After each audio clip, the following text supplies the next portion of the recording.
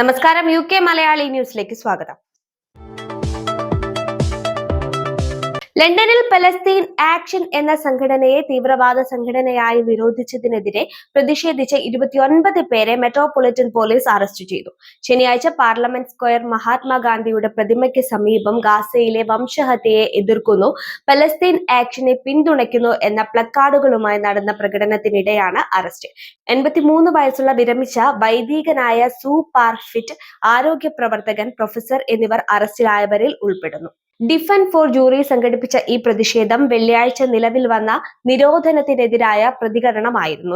June 20-ന് RAF Brize Norton വ്യോമതാവളത്തിൽ Palestine Action പ്രവർത്തകർ 2 സൈനിക വിമാനങ്ങളിൽ സ്പ്രേ പെയിന്റ് ഉപയോഗിച്ച് നശിപ്പിച്ചതിനെതിരെ തുടർന്നാണ് ഹോം സെക്രട്ടറി എബൈറ്റ് കൂപ്പർ നിരോധനം പ്രഖ്യാപിച്ചത്.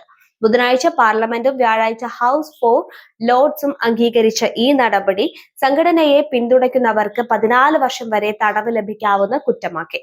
UN വിദഗ്ധർ, മനുഷ്യാവകാശ സംഘടനകൾ, നൂറുകണക്കിന് അഭിഭാഷകർ എന്നിവർ ഈ പ്രതിഷേധത്തെ തീവ്രവാദമായി ചിത്രീകരിക്കുന്ന ജനാധിപത്യ വിരുദ്ധ നീക്കമെന്ന് വിശേഷിപ്പിക്കുന്നു. തിരുവനന്തപുരത്ത് കുടുങ്ങിയ F-35 യുദ്ധവിമാനം സാമൂഹിക മാധ്യമങ്ങളിൽ താരമാകുമ്പോൾ കേരള സംസ്ഥാന എയ്ഡ്സ് നിയന്ത്രണ സൊസൈറ്റി ഇതിനെ ക്രിയാത്മകമായി ഉപയോഗിച്ച് ബോധവൽക്കരണ പോസ്റ്റർ പുറത്തിറക്കി.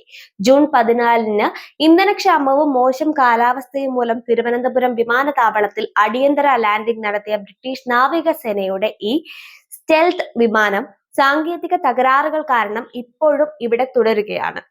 സെൽത്തിയാണ് എങ്കിലും സുരക്ഷ വേണം എന്ന മുദ്രാവാക്യത്തോടെ വിമാനത്തെ സുരക്ഷിത കവചം കൊണ്ട് മൂടിയ ചിത്രം ഉപയോഗിച്ച പോസ്റ്റർ സുരക്ഷിത ലൈംഗികതയുടെ പ്രാധാന്യം ഊന്നി പറയുന്നു. സുരക്ഷിതമല്ലാത്ത ലൈംഗിക ബന്ധത്തിലൂടെ HIV-യും ലൈംഗിക രോഗങ്ങളും പകരാം. എല്ലായ്പ്പോഴും കോണ്ടം ഉപയോഗിക്കുക എന്ന സന്ദേശമാണ് പോസ്റ്റർ നൽകുന്നത്.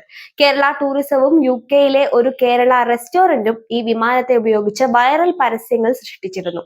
എന്നാൽ എയ്ഡ്സ് ബോധവൽക്കരണത്തിനുള്ള ഈ സർഗാത്മകത ക്യാമ്പയിൻ ജനങ്ങൾക്കിടയിൽ വൻ സ്വീകാര്യത നേടി. നിലവിൽ വിമാനം പുനരുദ്ധരിക്കാൻ ബ്രിട്ടീഷ് സാങ്കേതിക വിദഗ്ധർ തിരുവനന്തപുരത്ത് എത്തിയിട്ടുണ്ട്.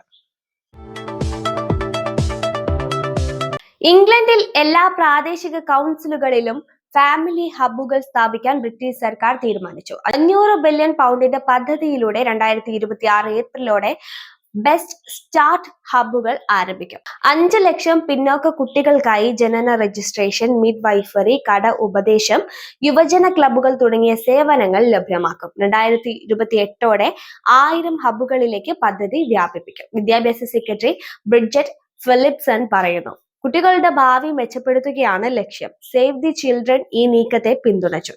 എന്നാൽ കൺസർവേറ്റീവ് പാർട്ടി ഇത് പഴയ സേവനങ്ങളുടെ പുനർനാമകരണം മാത്രമാണോ എന്ന് ചോദിക്കുന്നു.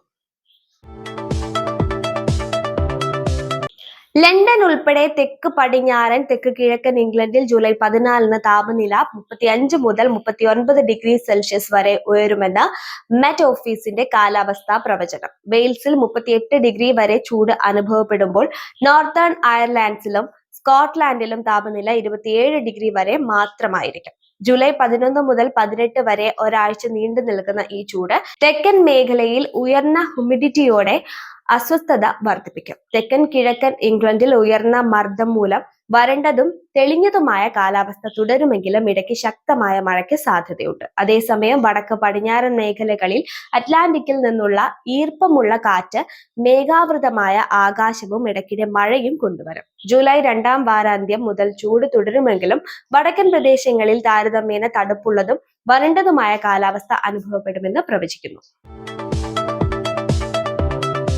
തിരുവനന്തപുരം വിമാനത്താവളത്തിൽ സാങ്കേതിക തകരാറിനെ തുടർന്ന് നിർത്തിയിട്ട ബ്രിട്ടീഷ് റോയൽ എയർഫോഴ്സിന്റെ F-35B യുദ്ധവിമാനത്തിന്റെ തകരാർ പരിഹരിക്കാൻ UK-യിൽ നിന്നുള്ള 40 അംഗ വിദഗ്ധ സംഘം ഇന്ന് ഉച്ചയോടെ എത്തി.